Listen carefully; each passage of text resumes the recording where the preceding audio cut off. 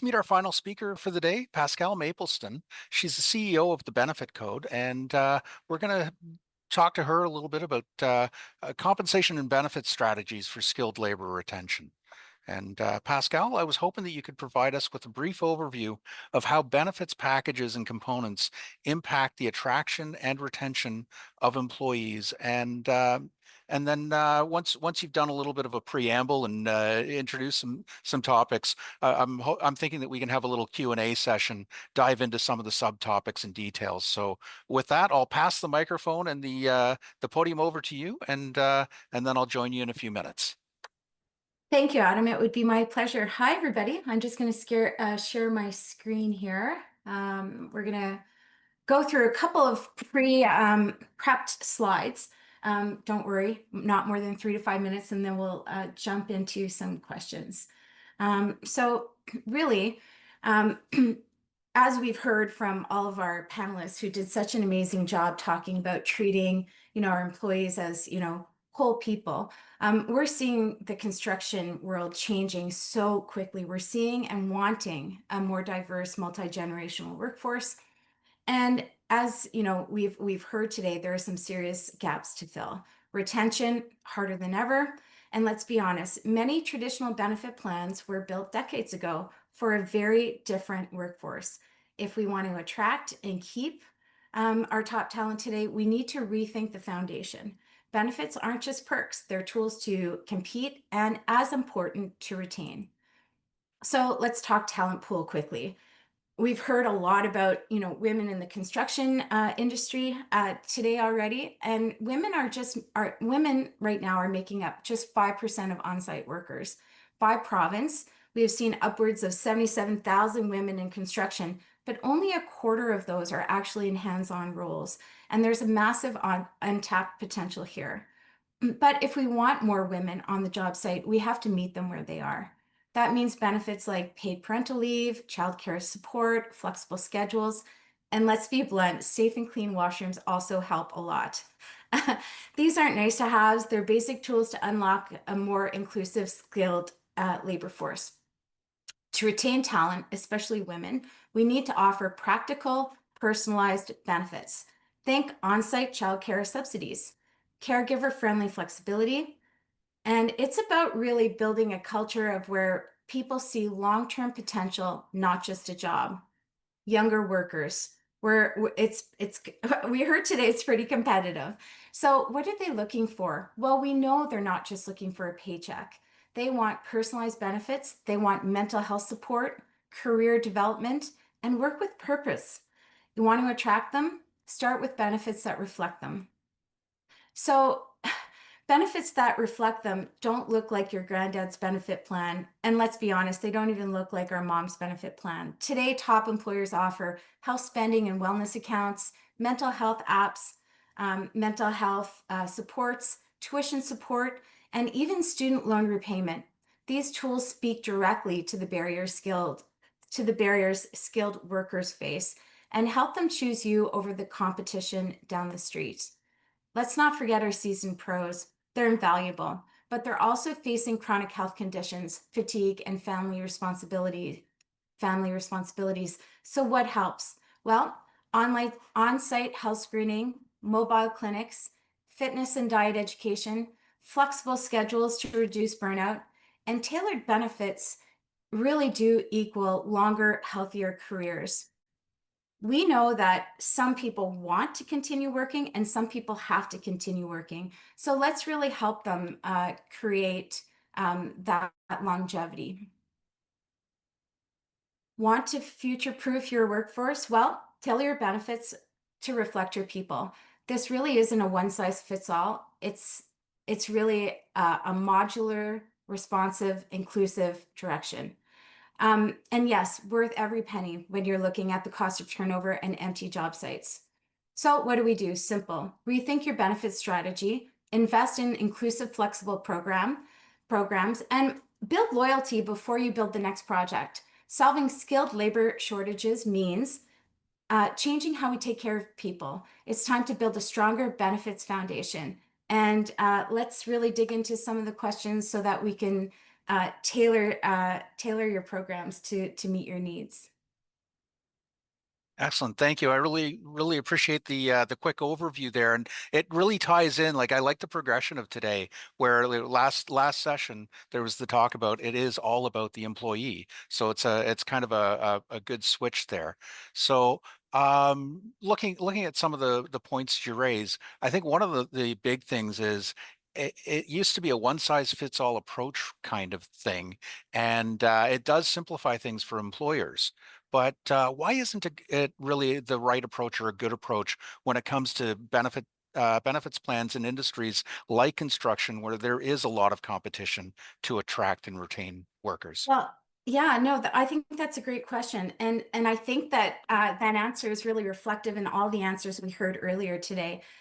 Our workforce, the construction workforce, is changing. We're looking to build a diverse, multi-generational workforce, and those traditional benefit plans, they don't work for traditional spaces anymore, and they certainly don't work for spaces that are looking to evolve.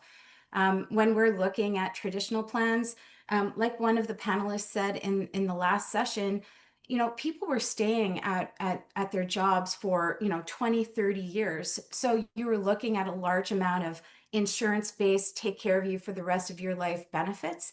And now benefit plans are really reflective of how are we going to help evolve folks who want to evolve by giving them what they need when they need it in the moment.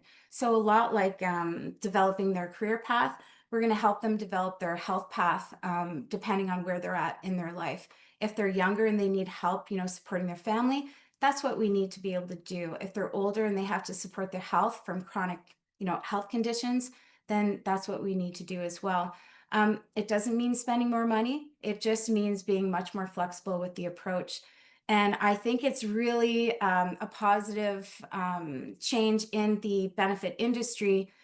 There are so many opportunities now to get really flexible without changing your budget, because it's not just this industry that wants more flexibility for the younger worker, it's across Canada. So there are so many options really that we can look at for the same price to really start getting inclusive. Nice. I think the problem solvers and whatnot are not just in the construction industry. Sounds like we've got some in the benefits side too, right? So talk to us a little bit about how the needs differ amongst employee groups, like especially those who are in underrepresented groups in the construction field. So, women, of course, Indigenous peoples, New Canadians. These are all groups where they they are underrepresented in the labor force. What are some of the things that can be worked into a benefits plan so that everyone feels like their particular needs are included? Are there components that would appeal to females in the industry, multicultural differences that exist, family status, all of that? The world, like the it's a big platter. I'll let you go. That's a big question. And you know what? I actually think it's a fairly simple answer. And I I think Jay started the conversation really well when he said, listen to your people. I mean, on the last panel, we heard about really paying attention to your own demographic and to your own workplace culture and trying to develop that as best you can. And so for me to say, this is what, all women want, this is what, all Indigenous folks like, it really depends on your location. It depends on, how old your folks like flexible benefits can come in many different versions. Would say the easiest way to get flexible benefits out there are to create an opportunity for people to choose. So once an employer figures out their top needs for, through surveys or, getting to know their people best and listening to them, creating a package that reflects their makeup, but then adding in a large amount of flexible dollars that they can choose what they need to, whether that's childcare support, whether it's elder care support, whether it's looking at transportation costs, or an ability to make sure that your helmet is appropriate. We heard that before. Well, making sure that people can choose their own um, tools, etc. Not all tools, but helmets, boots, etc. It really makes a lot of sense. And trusting that your people know what's going to work for them best. Excellent. And you mentioned about surveys and things like that. Any advice as to how to get that feedback from your own people? I know the ad hoc conversations are great, but sometimes the one-on-one doesn't reflect the larger trend, right? What I like about the direction that surveys are going now is that before you do a survey and you get this huge binder of information that would be really hard to roll out and execute on. I think there are some great companies out there like Spark Engagement and some other niche players that are really delivering powerful information in a very easy to execute way. And what I really like about, organizations like Spark is that not only do they give you information about execution, you can do it by division. So, one particular division might have different needs than another. So I really like that. I really like that approach, and I think that there's some really amazing new options for surveys. We don't have to do the big, thick, I don't know what to do with this information approach anymore. You can do a survey for a very reasonable amount of money and execute it within 30 days. And I guess a lot of companies have either a newsletter or something like that internally that there's ways to communicate. Yeah. Well, there's ways to communicate. I think, once you pull in the information, it's really good to obviously say, I've heard you, and here's, how we're going to execute it.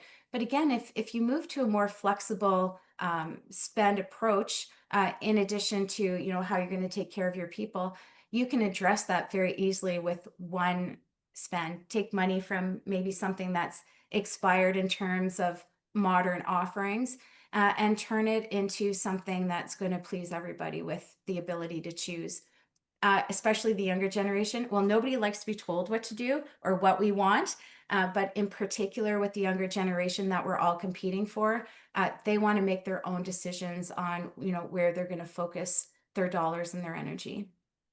Awesome. Speaking of different stages of one's career, what are some of the differences, I guess, in the wants and needs of the benefits plan based on where somebody is? Like if somebody's in their 20s versus somebody who's mid-career or somebody who's nearing retirement, what are the different strings that you're seeing that kind of resonate based on which cohort somebody happens to be in? Well, financial wellness is important throughout those pieces. Obviously, we need to start talking to our folks about retirement and making sure that we're retirement ready.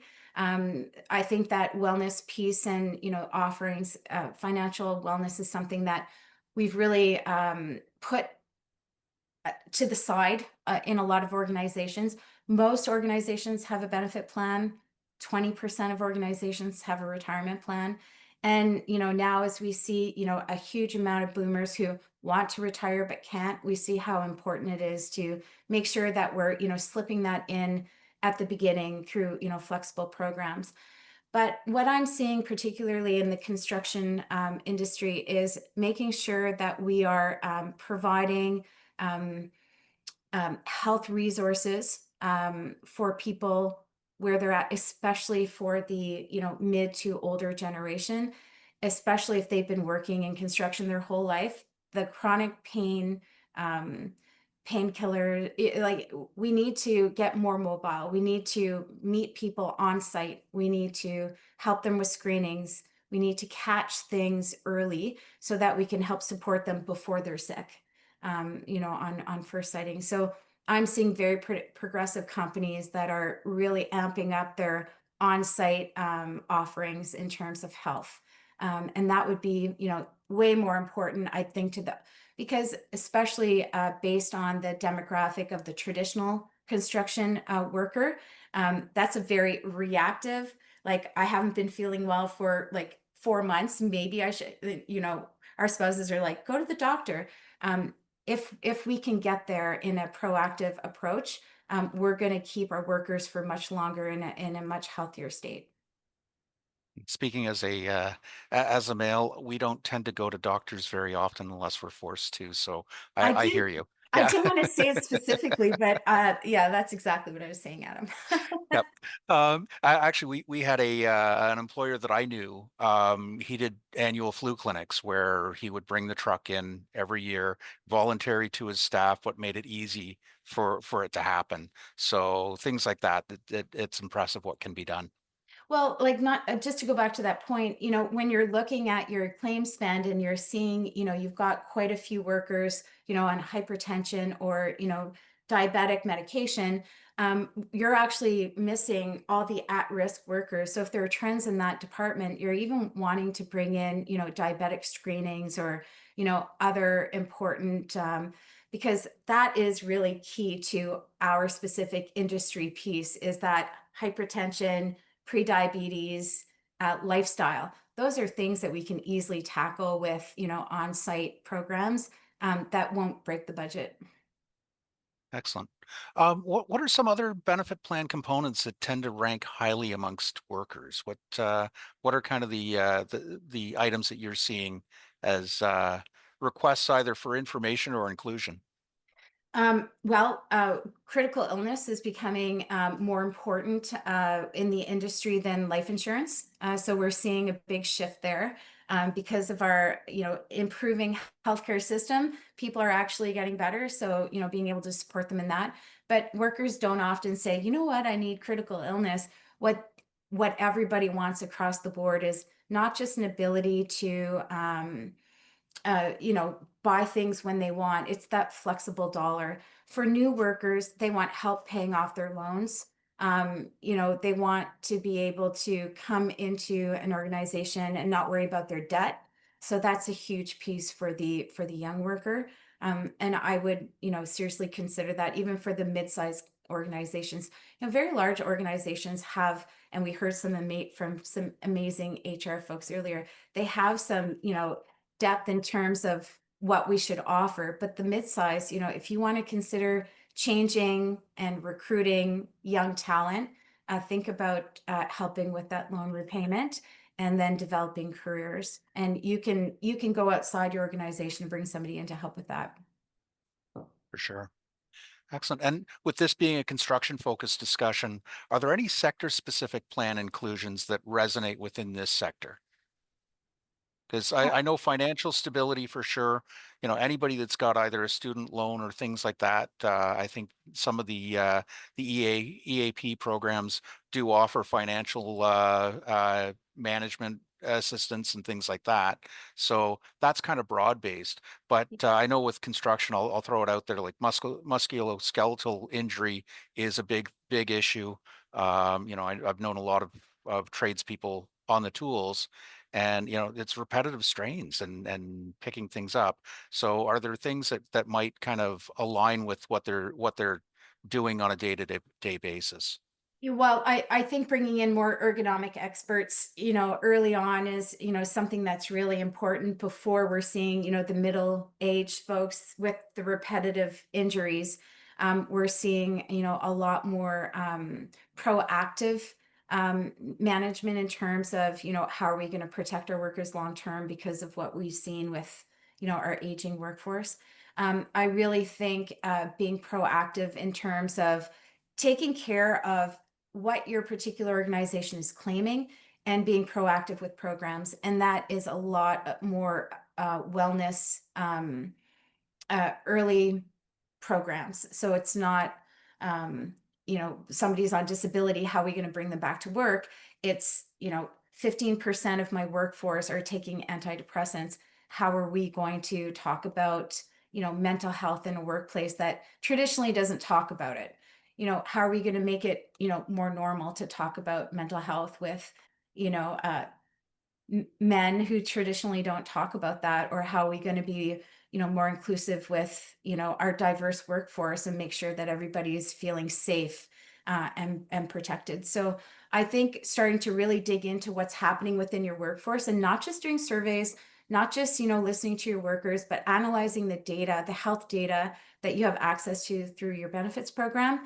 There's so many options that you can do, including just plain good communications, like, this is what we're seeing, how can we help you, and then listening to what we need. And it's personalized, right? So through the EAPs now, Adam, like, if you give them a problem, they'll personalize a response for you. So we just need to identify what the issues are. Excellent. And just because we brought it up earlier about personal protective equipment, so PPE and that sort of thing, how easy is it to work in something where, I know I wear glasses, so of course I've got prescription safety glasses. Those are an extra that you don't want to see my bill from the optometrist.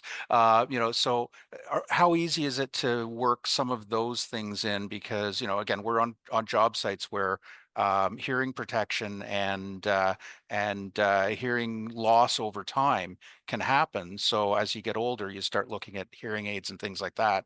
How easy is it to work stuff like that into a benefits package now? Yeah, it's so easy now. Like, there's so many partners but before, if you worked it into your program, somebody had to walk in with a receipt to your HR department. Now you can just build it in as a value add. You just really need to pick the amount. You can allocate it as, specifically to, protective eyewear, or you could, allocate it for a more general fund, and people can pick and choose what they need. And then, having that administered is exceptionally easy now. So it's really just picking a budget and then rolling it out. Awesome. Thank you. I appreciate the discussion here. We're starting to get towards time here. I don't know if there's any other points that you'd care to comment about. The only thing that, I would reiterate is what we heard from the other panelists is, now is the time to really meet people where they're at. And, in a very traditional space called benefits before, it was just really plug and play 30 years ago. There's really no reason not to take your existing budget and, make it a real tool for your business to attract and retain. And you can get really flexible and creative without breaking the budget, and that really will make your folks feel more seen and heard as individuals, versus as, part of an employee group. Yeah. I love that idea of customization. It's really where the world's gone, right? So Absolutely. Yeah. excellent. Well, thank you for this. I appreciate the time you spent with us and sharing your knowledge. Pascal's actually got an article on site as well, so I'll give ourselves a plug. Check that if you want. But thank you very much for joining us today.